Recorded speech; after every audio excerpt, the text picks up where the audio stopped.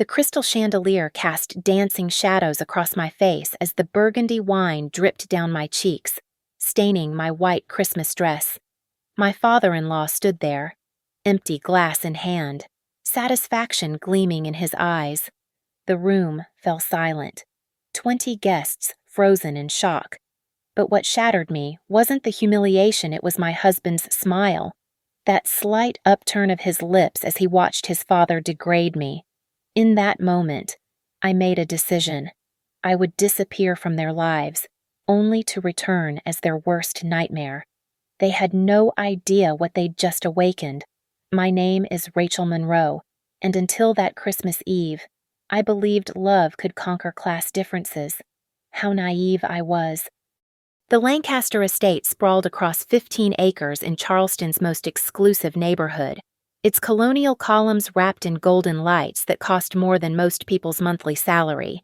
Inside, the annual Christmas Eve gala was in full swing, senators' wives air-kissing over champagne, hedge fund managers discussing their latest conquests, and my mother-in-law Margaret holding court like Southern royalty.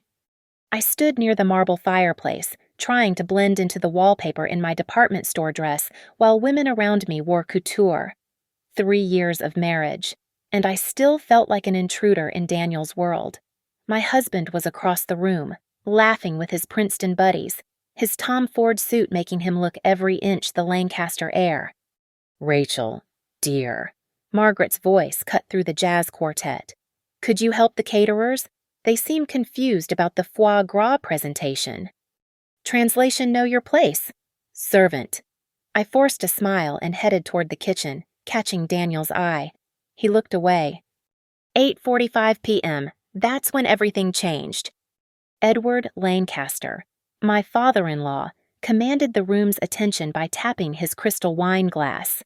The patriarch of Lancaster Holdings stood tall, his silver hair gleaming under the chandelier, power radiating from every gesture. "Before we continue our festivities," he began, his bourbon-smooth voice filling the space, "I'd like to address something that's been troubling our family." My stomach clenched. Edward's gaze found me across the room. "Standards," he continued, swirling his burgundy wine. "The Lancaster name has meant something in Charleston for 2 centuries. We've built empires, served on boards, contributed to society's finest institutions." The room murmured approval. I saw Daniel shifting uncomfortably, but he said nothing. "Yet somehow," Edward's voice hardened, "we've allowed our standards to slip." He walked toward me, each step deliberate on the Italian marble. The crowd parted like the Red Sea. My hands trembled as I set down my champagne glass. "Rachel here," he gestured to me like I was an exhibit, "works as a financial analyst. Admirable, perhaps, for someone of her background. State school education, parents who were, what was it? A nurse and an insurance salesman." My cheeks burned. "My parents were good people." "Were they?" Edward interrupted. "Good enough to teach their daughter about proper breeding, about what it means to marry into society." "Father!" Daniel's voice was weak, barely audible. Edward spun toward his son. "You had every opportunity, Daniel, every door open to you. Whitfield's daughter, the ambassador's niece, women worthy of the Lancaster name. Instead, you bring home this." He turned back to me, lifting his wine glass. The room held its breath. "This middle-class pretender who thinks a bachelor's degree and a mid-level job make her our equal." The wine flew from his glass in a perfect arc, splashing across my face and white dress. The cold liquid hit like a slap, burgundy rivulets running down my neck, staining everything. Gasps echoed through the ballroom. Someone dropped a glass. The jazz quartet stopped mid-note. But the sound that broke me wasn't the shock of the guests or the wine dripping onto marble. It was Daniel's laugh. Not loud, just a soft chuckle, accompanied by that slight smile as he looked at his father with something like approval. My husband, who'd promised to protect me, who'd sworn our love transcended his family's prejudices, stood there enjoying my humiliation. Margaret's voice pierced the silence. Well, perhaps now she'll understand where she doesn't belong. I stood frozen, wine dripping from my chin, my dress destroyed, my dignity shattered. 20 pairs of eyes watched, waiting to see if I'd cry, scream, or beg. Instead, I did something none of them expected. I smiled. Not a wounded smile or a pleading one, but something cold and final.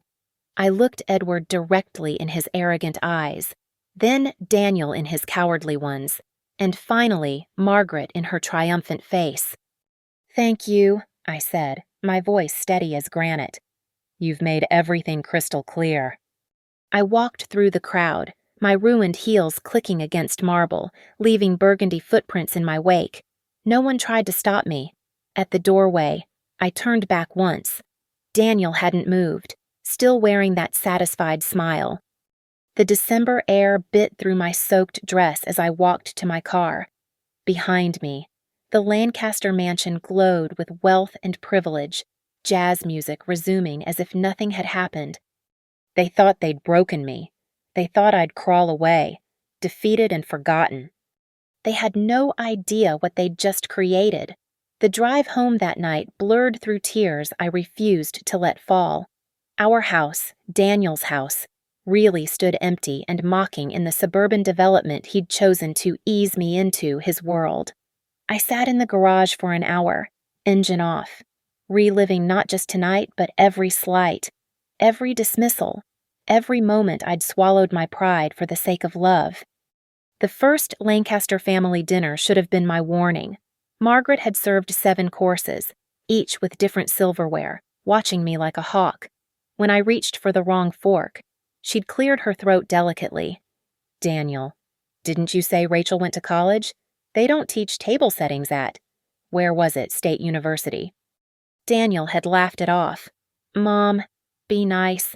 But he'd never defended me. Not really.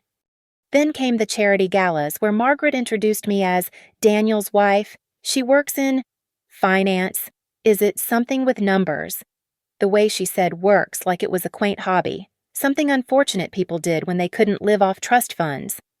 I'd endured the Thanksgiving when Edward spent the entire meal explaining how Daniel's ex-girlfriend was now engaged to a Supreme Court justice's son. "Breeding tells," he'd said, carving the turkey while looking directly at me. Water always finds its level. Daniel's transformation had been gradual, insidious. The man who'd pursued me relentlessly at that financial conference, who'd said my independence and intelligence captivated him, slowly morphed into someone else. After our wedding, he'd joined Lancaster Holdings as executive vice president, a title that meant nothing except he was Edward's son. His spine seemed to dissolve with each promotion, each board appointment his father arranged, each club membership that came with strings. "Maybe you should quit working," he'd suggested 6 months ago. "Mother thinks it looks desperate, like I can't provide for you." "I love my job, Daniel. But do you love it more than you love me, more than our marriage?" That's when I knew he was fully theirs. The Daniel who'd written me poetry on napkins during our courtship, who'd said his family's money meant nothing compared to what we had, that man was dead, killed by privilege and paternal approval. The country club incidents were perhaps the worst. Margaret would invite me to lunch with her circle, then spend 2 hours letting them dissect me. Rachel's parents died recently. She'd mentioned casually last month. Left her nothing. Poor thing. Well, nothing substantial. Thank goodness she has Daniel. Mrs.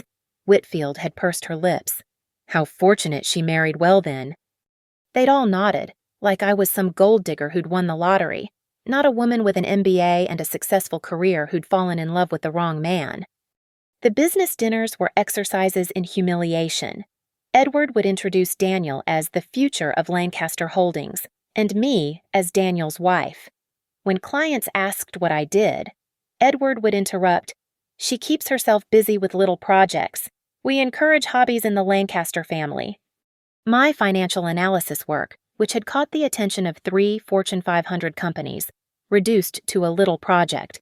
My professional achievements, invisible next to the Lancaster name. Daniel never corrected them. He'd started agreeing with them. "You don't need to work so hard," he'd say. "It makes the family uncomfortable, like you're trying to prove something." Maybe I am trying to prove something, that I'm more than just your wife. But you are just my wife, Rachel. In their world, our world, that's what matters. Our world. When had it stopped being us against them and become him with them against me? The baby conversation had been the cruelest cut. 3 months ago, Margaret had announced at dinner that it was time for grandchildren. Although, she'd added, looking at me with those cold blue eyes, "We'll need to be careful about the child's influences. Perhaps boarding school would be best, away from certain elements." She meant me, away from me. Daniel had nodded thoughtfully. "That's not a bad idea, Mother." I'd excused myself to vomit, but not from morning sickness, from the realization that my husband would let his family steal our hypothetical children to prevent my contamination. The jewelry incident at the Patterson wedding last month still burned. Margaret had insisted I wear the Lancaster pearls, then told everyone at the reception how she'd had to teach me their history because Rachel's family wouldn't have had such heirlooms. But she's learning. Learning. Like I was a dog being trained for Westminster.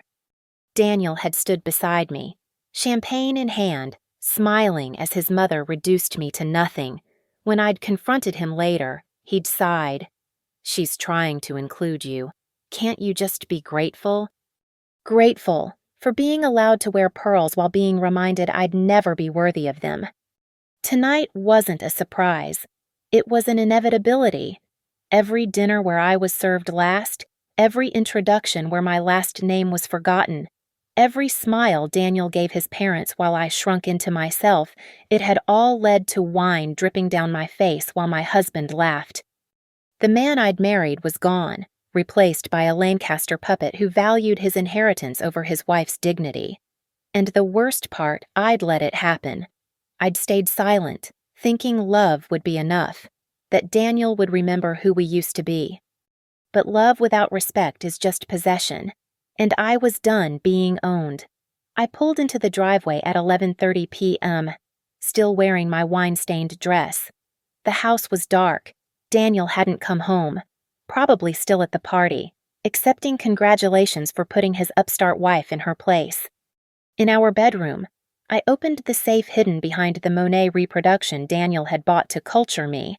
Inside lay documents the Lancasters knew nothing about: investment statements, bank records, legal papers, my real life, carefully concealed for 3 years. My mother, Sarah Monroe, had been more than a nurse.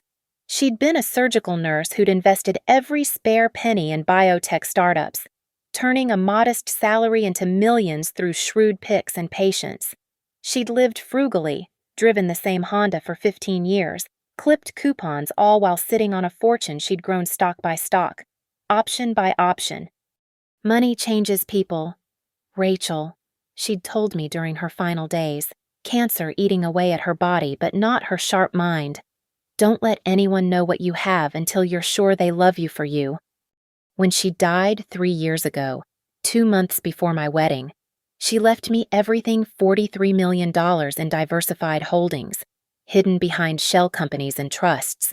The will was sealed, the estate privately settled.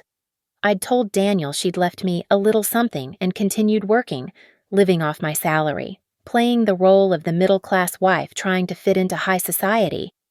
I'd wanted to be loved for myself, not my bank account. What a joke. The Lancasters had despised me for being poor when I was richer than all of them combined. Lancaster Holdings, the great empire Edward boasted about, was worth perhaps $30 million on paper. But I'd done my research. I was a financial analyst. After all, the company was leveraged to the hilt. Bad real estate investments, declining retail holdings, and Edward's refusal to modernize had left them vulnerable. They survived on reputation and credit, a house of cards, one strong wind from collapse. My mother had taught me another lesson: never reveal your power until you're ready to use it. I was ready now. I pulled out my laptop and logged into accounts Daniel didn't know existed. My portfolio had grown to $51 million under my careful management, enough to buy and sell the Lancasters several times over, enough to destroy them if I played my cards right. The irony was delicious. They'd humiliated me for being poor, for working, for not understanding money the way their kind did. Margaret had once laughed when I'd mentioned understanding market volatility. Dear, you analyze. We own. There's a difference. Yes, Margaret, there was a difference. Owners could lose everything. Analysts knew how to take it from them. I studied Lancaster Holdings' corporate structure until 3 public records, SEC filings, credit reports, all the boring documents no one in that family bothered to read because they had people for that. Their debt was scattered across 17 different institutions, packaged and repackaged, complex, but not impenetrable, not for someone who'd spent 5 years unraveling corporate finances for a living. The beautiful truth was they'd need about $8 million in liquid capital by March to avoid defaulting on their primary credit line. One missed payment would trigger a cascade of calls on their other debts. Complete collapse within 6 weeks. $8 million they didn't have because it was tied up in illiquid assets and Edward's ego-driven expansions. $8 million I could spend from my checking account without touching my main holdings. My phone buzzed. Daniel, where are you? Mother is concerned you left so rudely. I didn't respond. Let him wonder. Another text at 4, this is childish. Rachel, come home so we can discuss your behavior. My behavior, not his father's, mine. I opened a new browser window and began researching corporate takeover specialists, the kind who moved in shadows and struck without warning. My mother's attorney had left me contacts people who handled delicate situations for the truly wealthy, the invisible rich who didn't flaunt their money at charity galas but who could buy and sell the showy elite without breaking a sweat. The Lancasters thought wealth meant visibility, meant everyone knowing your name and your net worth. Real wealth meant the power to remain invisible until you chose to strike. Real wealth meant letting your enemies underestimate you while you positioned your pieces. They'd given me the perfect cover story. Poor Rachel, humiliated and fled into the night. They'd probably expect me to come crawling back, apologizing, begging for forgiveness. Or maybe they thought I'd file for divorce and accept whatever pittance Daniel offered to go away quietly. They had no idea I'd been planning for this possibility since the day Margaret first looked at me like I was dirt beneath her Louboutins. I'd hoped Daniel would prove me wrong, that love would win. But I'd prepared for the worst because that's what survivors do. My mother had survived a childhood of poverty to build a fortune. She'd survived a husband who'd left us when I was 10, taking nothing because he'd never known what she was building. She'd survived corporate sexism, social dismissal, and finally, terminal cancer with grace and strategy.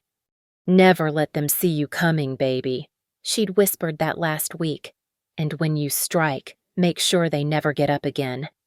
I closed the laptop as dawn broke over Charleston. In a few hours, Daniel would wake up alone, confused why his wife hadn't come begging for forgiveness. Edward would sit in his study, satisfied that he'd finally put me in my place. Margaret would call her friends to share the delicious gossip of my humiliation. Let them celebrate. Let them think they'd won. In my mother's safe, between the stock certificates and treasury bonds, lay a photo of us from my college graduation. She wore a simple dress from Target, but her smile was worth millions. She'd lived to see me succeed, to see me graduate summa cum laude, to see me land my dream job. She'd died before seeing me marry into a family that would destroy her daughter for sport. But she'd given me the tools for revenge, not just the money anyone could inherit money. She'd given me the knowledge, the patience, and most importantly, the understanding that real power comes from being underestimated. The Lancasters were about to learn what $43 million of invisible wealth could do in the hands of a woman they'd dismissed as nothing. The law offices of Blackstone and Associates occupied the penthouse of a building that didn't advertise its tenants. At 9 sharp on December 26th, I sat across from Thomas Blackstone, a man whose name never appeared in Forbes but who had orchestrated some of the most brutal corporate takeovers in American history. "Ms. Monroe," he said, reviewing the documents I'd provided. "You want to destroy Lancaster Holdings without revealing your identity until the final moment." "Precisely. May I ask why the secrecy?" "I want them to feel what I felt: powerless, confused, and humiliated. But mostly, I want them to know it was me only when it's too late to stop it." He smiled, the expression sharp as a blade. "I believe we can accommodate that. Your mother was a brilliant woman. She'd be proud." My mother had been his client, secretly, for years. He'd helped her structure her investments, hide her wealth, and prepare for contingencies, including, apparently, this one. "Lancaster Holdings has 17 major creditors," Thomas continued. "Their largest loan, $18 million, comes due in March. They'll need to refinance or pay at least $8 million to avoid default. According to my sources, they're already shopping for new credit lines, which they won't get if their current creditors lose faith." "Exactly. We'll create a company, Prometheus Capital, registered in Delaware, untraceable to you. Prometheus will begin buying Lancaster's debt from smaller creditors first, the ones eager to offload risky loans. Once we control enough debt, we can call it in simultaneously." "How much will this cost?" "To buy enough debt to trigger a cascade, approximately $32 million. You'll lose some in the fire sale of their assets, but you'll own everything Lancaster by spring." I signed the papers without hesitation. Over the next 2 weeks, I assembled my team. Besides Thomas, I brought in Michelle Winters, a forensic accountant who'd exposed 3 Ponzi schemes, and David Park, a former SEC investigator who knew every loophole in corporate law. Michelle's first discovery was gold. Margaret Lancaster's charity, Hearts of Charleston. It's a front. 90% of donations go to administrative costs, namely Margaret's shopping sprees and spa treatments. The IRS would be very interested. David found more. Edward's been insider trading, nothing massive, but enough to trigger an investigation. He's also been bribing city councilmen for zoning permits. Amateur moves, easily traceable. "Document everything," I instructed. "But don't release it yet. I want leverage, not destruction, at least not immediately." Meanwhile, Prometheus Capital went shopping. The first purchase was a $5 million note from Carolina First Bank. The loan officer was thrilled to offload it. Lancaster Holdings had missed 2 payments last year before catching up. "They're struggling," he confided to my representative. "Edward Lancaster is old school, refuses to adapt. Their retail footprint is bleeding money." Next came a $3 million credit line from a regional bank in Georgia. Then a $7 million real estate loan from an investment firm in Florida. Each creditor was happy to sell at 70 cents on the dollar, cutting their losses on what they saw as increasingly risky debt. I worked from a suite at the Belmont Charleston place, paying cash, registering under my mother's maiden name. Daniel had called 47 times the first week. His messages evolved from angry to concerned to desperate. "Rachel, please. I know I failed you. I should have stood up to them. Come home so we can talk." Then Edward's voice on my voicemail. "This tantrum is unbecoming. You're embarrassing Daniel and our family. Return immediately, or we'll consider legal options." Legal options, as if I was property to be retrieved. Margaret left only one message. "You've made your point. Dear, we understand you're upset, but hiding won't change what you are or where you come from. Daniel needs a proper wife. Do the right thing." The right thing. I was about to show them exactly what the right thing looked like.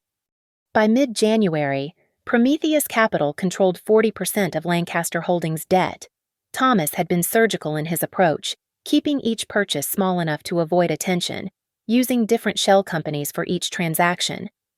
"They don't know yet," he reported during our weekly meeting. "Edward's been focused on finding new funding. He's approaching banks in New York, even considering private equity." "Any takers?" "None. Word's spreading that Lancaster is over-leveraged. Your purchases have spooked the other creditors.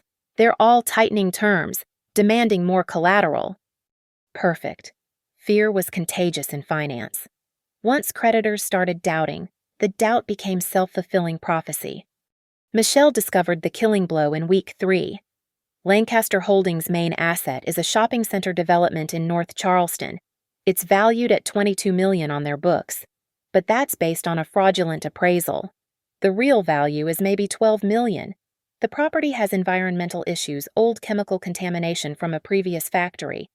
Edward knew and buried the reports. That's fraud, David said. Securities fraud, bank fraud, probably EPA violations. This could trigger criminal charges. I stared at the reports spread across the conference table. With this information, I could destroy Edward Lancaster completely, send him to prison, take everything. Prepare the documentation, I said, but we hold it until the moment is right. Thomas leaned back in his chair. You know, in all my years doing this, I've rarely seen such patient, methodical planning. Most people want blood immediately.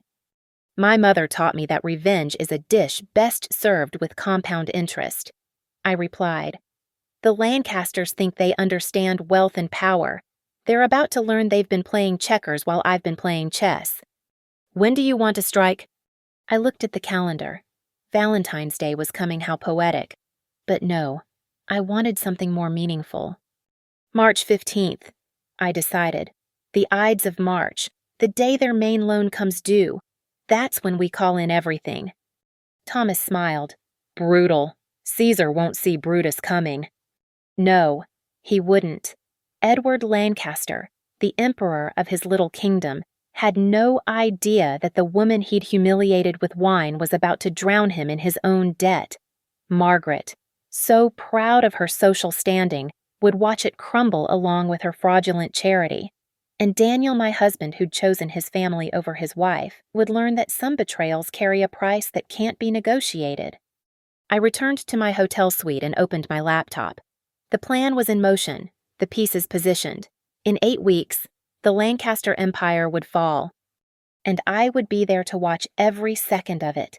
February arrived with unseasonable warmth in Charleston, but a chill had settled over the Lancaster Empire. I watched from my hotel suite as the first dominoes began to fall. The Charleston Business Journal ran a small item on February 3rd. Lancaster Holdings seeks new credit lines as expansion plans stall. Edward had been forced to halt his ambitious downtown development project when financing fell through. He'd blamed market conditions, but I knew better. Thomas had whispered in the right ears. And suddenly, Lancaster Holdings was considered too risky. Daniel's calls had stopped after week 3.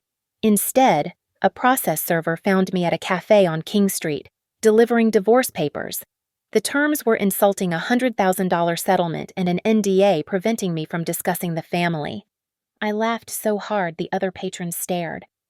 Tell Mr. Lancaster I'll see him in court, I told the server. All of them. Meanwhile, Prometheus Capital accelerated its acquisitions. We now controlled 60% of Lancaster debt, having purchased another $12 million in obligations from increasingly nervous creditors. The beauty was that each purchase made the remaining creditors more anxious, creating a vicious cycle. On February 14th, Valentine's Day, the first major blow landed. The News and Courier published an investigation into Charleston's charity elite. Margaret's Hearts of Charleston featured prominently, with reporters questioning where the donations actually went. They'd received an anonymous tip with documentation courtesy of Michelle's research. Margaret called me that night, her voice shaking with rage.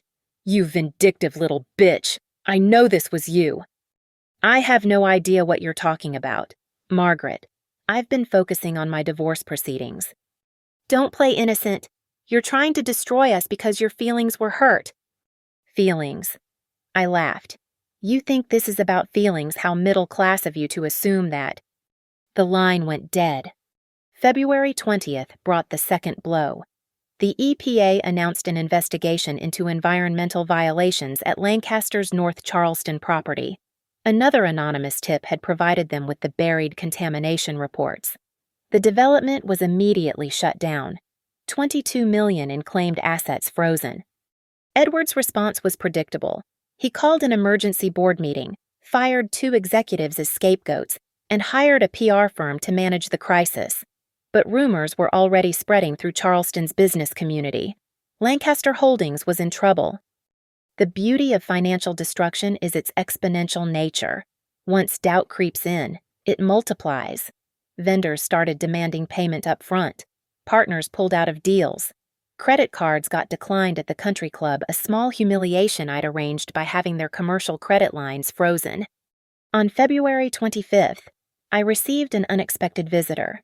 Daniel stood in my hotel lobby, looking haggard. Security stopped him from reaching the elevators. "Please, Rachel, just 5 minutes." I came down but didn't invite him up. We sat in the lobby bar, 2 strangers who'd once promised forever. "You're destroying us," he said without preamble. "I'm not doing anything. Your father's chickens are coming home to roost."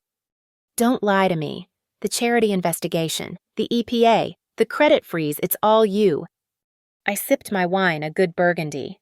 I noted with dark humor, "Prove it." "I don't need to prove it. I know you, Rachel. This is exactly the kind of methodical revenge you'd plan."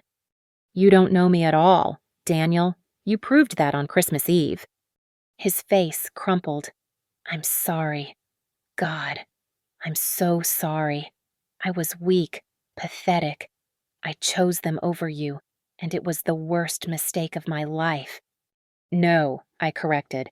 "The worst mistake was thinking I'd tolerate it." "What do you want?" "The divorce, fine. I'll give you whatever you want. Just stop this destruction." What I wanted was a husband who'd protect me. What I wanted was to be treated with basic human dignity. What I wanted was for the man who claimed to love me to not laugh while his father humiliated me. "I wasn't laughing at you." "You were smiling, Daniel. I saw it. That little satisfied smile, like Daddy had finally put me in my place." He buried his face in his hands. I was relieved. God help me. I was relieved because I thought if you were humiliated enough, you'd finally conform. You'd stop making them angry. Stop being so yourself. The admission hung between us like a confession at a funeral. "Do you know what the saddest part is?" I asked. "I have more money than your family ever dreamed of. My mother left me millions.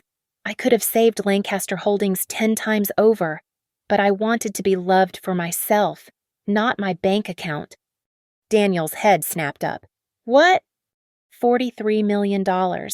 Daniel, that's what I inherited. I lived off my salary, pretended to be middle class, all to find someone who loved me for me. Instead, I found a family who hated me for being poor when I was richer than all of you." The color drained from his face as the implications hit him. You could destroy us." "Oh, Daniel, I'm not going to destroy you." I stood, smoothing my dress. "You're going to destroy yourselves. I'm just going to own everything when you do." I left him sitting there, staring at his whiskey like it held the secrets of the universe. March 1st arrived with news that 2 more creditors were calling in their loans early, citing concerns about Lancaster Holdings' viability. Edward scrambled to pay them, depleting what little cash reserves remained. Thomas called me that afternoon.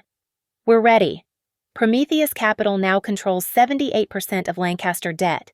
When we call it in on March 15th, they'll have 72 hours to pay or surrender assets." Perfect. And the shareholders meeting. March 18th. If they can't pay, Prometheus Capital becomes the majority shareholder. You'll walk in as the new owner. I thought about my mother, about all the times she'd been dismissed, overlooked, underestimated. She'd built a fortune in silence, teaching me that true power came from patience and planning. "Mom," I whispered to her photo, "they're about to learn what Monroe women are capable of." 2 weeks. In 2 weeks, the Lancaster Empire would fall, and from its ashes, I would rise, not as the middle-class girl who'd married above her station, but as the woman who'd brought an empire to its knees. The wine stain had long since been cleaned from my dress, but the memory remained, crystallized into purpose. They'd thought they were teaching me a lesson about power and place. They had no idea how well I'd learned. March 15th arrived gray and drizzling, pathetic fallacy at its finest. At precisely 9 a.m., Prometheus Capital called in 78% of Lancaster Holdings' debt, $41 million due within 72 hours. Edward Lancaster learned about it during his morning coffee at the country club. I know because I was sitting 3 tables away, hidden behind oversized sunglasses and a hat, watching his face turn from red to purple to ghostly white as his lawyer delivered the news over the phone. "Wow, what do you mean all at once?" he roared, causing the other patrons to stare. "That's impossible. No single entity could." He listened, his free hand clenching into a fist. "Find out who owns Prometheus Capital. Now." "Good luck with that." Edward.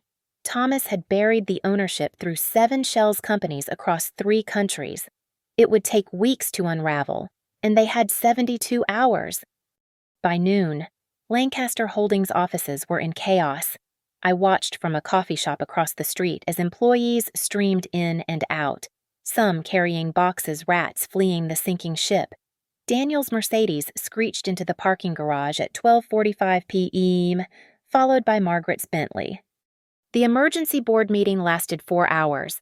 Through my contacts, I learned Edward had tried everything calling in favors, begging banks for bridge loans, even approaching his biggest competitors for a buyout. Everyone smelled blood in the water. No one would touch Lancaster Holdings. That evening, the local news picked up the story. Lancaster Holdings faces massive debt call-in. They interviewed a financial expert who used words like devastating and potentially fatal. I ordered champagne from room service and toasted my mother's photograph. March 16th was when desperation truly set in. Edward did something I hadn't expected. He went on television, giving an interview to the financial network, trying to save face. "So this is a coordinated attack by a hostile entity," he declared, his usual pompous demeanor cracking at the edges. "Lancaster Holdings has been a pillar of Charleston's economy for generations. We will not be brought down by shadowy speculators." The interviewer pressed him. "But can you pay the $41 million?" Edward's pause said everything. "We're exploring all options." Translation: "We're finished." Margaret, meanwhile, was spotted at 3 different banks, presumably trying to leverage personal assets. But the Lancaster fortune was all tied up in the company, the house, the cars, the yacht. Everything was corporate property or collateral. Without Lancaster Holdings, they had nothing. March 17th, the final day. I dressed carefully that morning, a black Chanel suit my mother had bought me for graduation, pearls she'd worn to my father's funeral, and the wedding ring I'd be returning to Daniel soon. I looked like money. Old money. The kind of money the Lancasters pretended to have. Thomas called at 8 a.m. "They're trying to file for bankruptcy protection. We've blocked it. The debt agreements don't allow it without creditor approval, which we won't give." "How much have they raised?" $12 million. They're still scrambling for the rest. $29 million short. It was over. At 2 p.m., I received a call from an unknown number. Edward Lancaster's voice was different, broken, desperate. "I know it's you," he said without preamble. "Hello, Edward. I'm afraid I don't know what you mean." "Don't play games. Prometheus Capital, it's you. You're destroying us." "Even if that were true, wouldn't it be poetic justice you tried to destroy me first?" That was different. It was about standards, about family." "No, Edward, it was about cruelty. You enjoyed humiliating me. You enjoyed watching Daniel choose you over me. Well, congratulations. You won that battle." "Please." The word sounded foreign in his mouth. "Please. Rachel, we'll apologize. Publicly. We'll embrace you as family. Daniel still loves you." "Daniel loves your money and approval. When those are gone, we'll see what's left." "What do you want? Name it." "I want you to know how it feels to have everything stripped away while people watch and laugh. I want Margaret to lose her precious social standing. I want Daniel to understand that choosing his family over his wife has consequences. But mostly, Edward, I want you to remember that you did this. That Christmas Eve, when you threw wine in my face, you started a war with someone you didn't bother to know, someone you underestimated because of your arrogance and prejudice. You vindictive bitch. No, Edward, I'm a Monroe woman. We don't forget, and we don't forgive.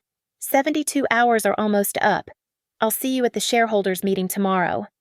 I hung up and blocked the number. At 5 p.m., with 3 hours left, Lancaster Holdings officially defaulted on $41 million in debt. The company was insolvent. That night, I couldn't sleep, not from anxiety, but from anticipation. Tomorrow, I would walk into that boardroom not as Daniel's inferior wife, but as the owner of everything they'd built. The thought was better than wine, better than all the champagne in France. My phone buzzed with texts from numbers I didn't recognize. Lancaster board members, family friends, all somehow discovering my involvement and begging for mercy. I deleted them all unread. At 11:59 p.m., I stood at my hotel window, watching the Charleston lights twinkle below. Somewhere out there, the Lancasters were spending their last night as somebodies. Tomorrow, they'd be nobody. Tomorrow, they'd be me on Christmas Eve, humiliated, discarded, irrelevant. Except I'd risen from that humiliation with $43 million and a plan. They'd fall with nothing but the knowledge that they'd brought it on themselves. Happy Ides of March, Edward, I whispered to the night. Et tu, Rachel. The clock struck midnight. March 18th had arrived. Time for the final act. The call came at 7 a.m. While I was finishing my coffee and watching the sunrise paint Charleston Harbor gold. Daniel's voice was raw, desperate. Rachel, please, I'm in the lobby. Security won't let me up. Just, please, let me talk to you one last time before the meeting. I could have refused, should have refused, but I wanted to see him broken the way he'd watched me break. I wanted to look into his eyes and find no trace of that satisfied smile from Christmas Eve. 5 minutes, I said. He looked destroyed. His usually perfect hair was disheveled, his designer suit wrinkled, his eyes bloodshot and hollow. The golden boy of Charleston society reduced to a beggar in a hotel lobby. You won, he said immediately. You destroyed us. Is that what you wanted to hear? No, Daniel. I wanted to hear I'm sorry on Christmas Eve. I wanted to hear that's enough, Father, when he humiliated me. I wanted to hear my wife deserves respect at any point during our marriage. He slumped in his chair. I know. God, I know. I was a coward. I chose the easy path, keeping them happy instead of protecting you. Why? The question I'd asked myself 1,000 times. Why wasn't I enough for you to choose me? Because I'm weak, he admitted, tears sliding down his cheeks. Because their approval was a drug I'd been addicted to since birth. Every good grade, every achievement, every success, it was all for that tiny nod of approval from Edward Lancaster. And when I married you, you realized their approval came with conditions. They made me choose. Rachel, every day, in 1,000 small ways, they made me choose. And every time I chose them, I lost a piece of myself and a piece of us. I studied the man I'd once loved, searching for any trace of manipulation, any attempt to save himself, but all I saw was genuine devastation and far too late self-awareness. Do you know what the worst part is, Daniel? If you had stood up to them just once, really stood up to them, I would have forgiven everything else. One moment of choosing me, and we might have survived. I know, he whispered. That smile. When Father threw the wine, I wasn't smiling at your humiliation. I was smiling because I thought finally you'd give up trying to make them love you. You'd conform, and the constant tension would end. I was so fucking selfish I convinced myself your surrender would save our marriage. Instead, it ended it. Yes. He looked up at me, and for the first time since that Christmas Eve, I saw the man I'd married. I need to know something. If I had defended you that night, if I had stood up and told them to stop, would you still have done this? I considered lying, but he deserved the truth. No, I would have fought for us. The money, the plan, the revenge, none of it would have mattered if you had just chosen me when it counted. He nodded slowly, accepting the weight of his choice. I lost everything for an approval that was never real. They don't love me, Rachel. They love their idea of me, the obedient son, the Lancaster heir. And I destroyed the one person who actually loved me for myself. Yes, you did. We sat in silence for a moment, the wreckage of our marriage between us like a corpse neither wanted to acknowledge. What happens now? He asked finally. Now you face the consequences. Your family loses everything, and you learn to live without the Lancaster name propping you up. And you, what do you get besides revenge? Freedom, I said simply. Freedom from trying to earn love that was never available. Freedom from shrinking myself to fit into spaces too small for my soul. Freedom from believing that marriage means accepting humiliation as the price of belonging. I wish, he started, then stopped. What? I wish I'd been brave enough to love you properly. You deserved so much better than what I gave you. Yes, I did. I stood, smoothing my skirt. The divorce papers will be revised. I want nothing from you, no money, no property, nothing. I never needed Lancaster money. I needed a husband who valued me more than his father's approval. Rachel. He stood too, reaching for me, then dropping his hand. I know I have no right to ask, but after this is over, after everything settles, is there any chance? No. The word was gentle but final. You killed that chance with a smile on Christmas Eve. Some things can't be resurrected. Daniel, our marriage is one of them. I walked toward the elevator, then turned back one last time. You asked what I get besides revenge. I get to become who I was always meant to be, not Edward's disappointment, not Margaret's embarrassment, not your compromise. Just Rachel Monroe, complete and whole and enough. You were always enough, he said quietly. I was just too blind to see it. No, Daniel, you saw it. That's why you married me. You just decided your family's opinion mattered more than that truth. The elevator doors opened and I stepped inside. As they closed, I saw him one last time alone in the marble lobby, shoulders shaking with silent sobs. The Golden Prince of Charleston, finally understanding the cost of his choices. But I felt no satisfaction in his tears. They were too late, shed for losses that could have been prevented with an ounce of courage 3 months ago, or 3 years ago, or any moment when he could have chosen love over blood, courage over comfort, his wife over his weakness.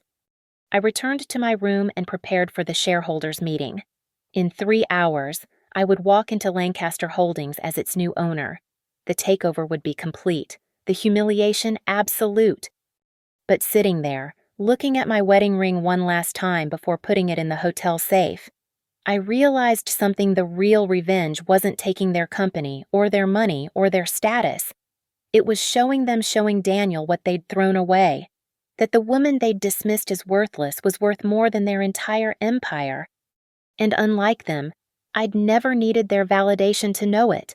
The Lancaster Holdings boardroom hadn't been renovated since the 80s, all mahogany panels and leather chairs that reeked of old money and older ideas. At precisely 10 a.m., I walked through those heavy doors wearing my mother's Chanel suit and a smile sharp enough to cut glass. The room fell silent. Edward sat at the head of the table, or what used to be his table.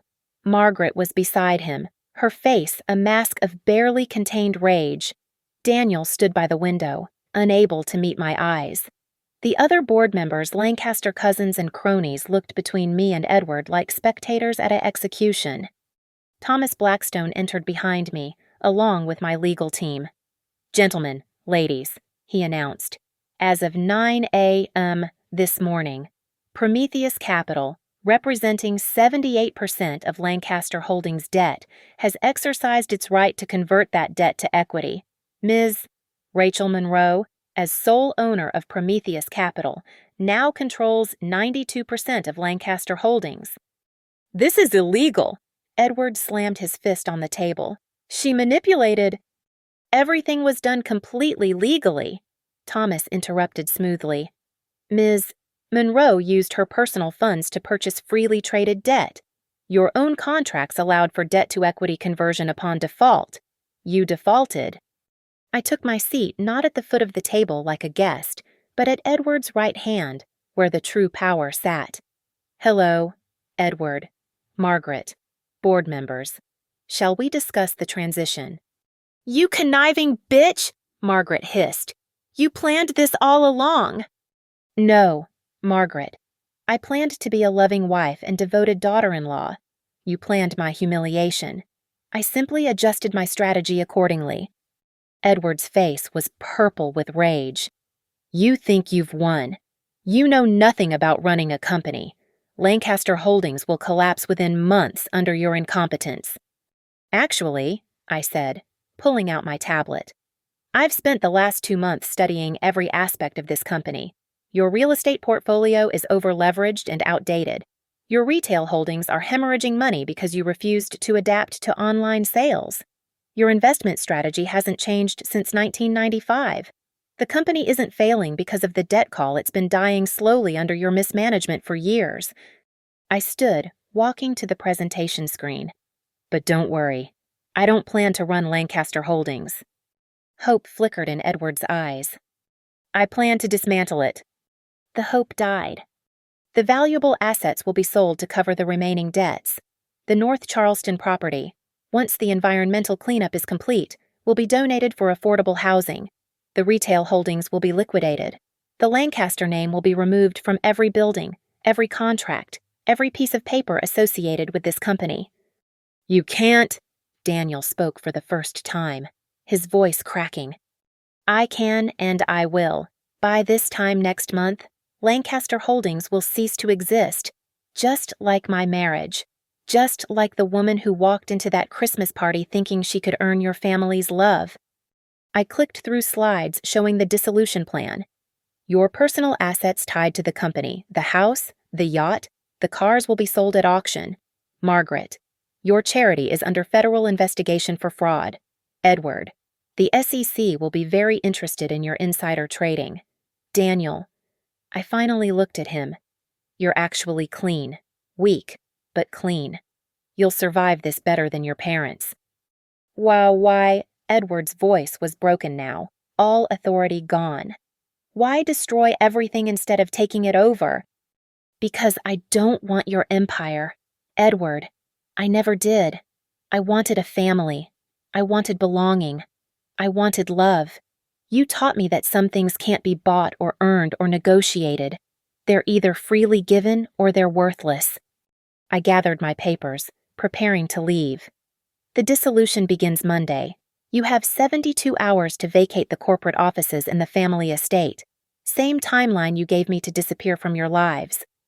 Please, Margaret whispered, and hearing her beg was almost worth everything. Please don't do this. We're sorry. We're so sorry.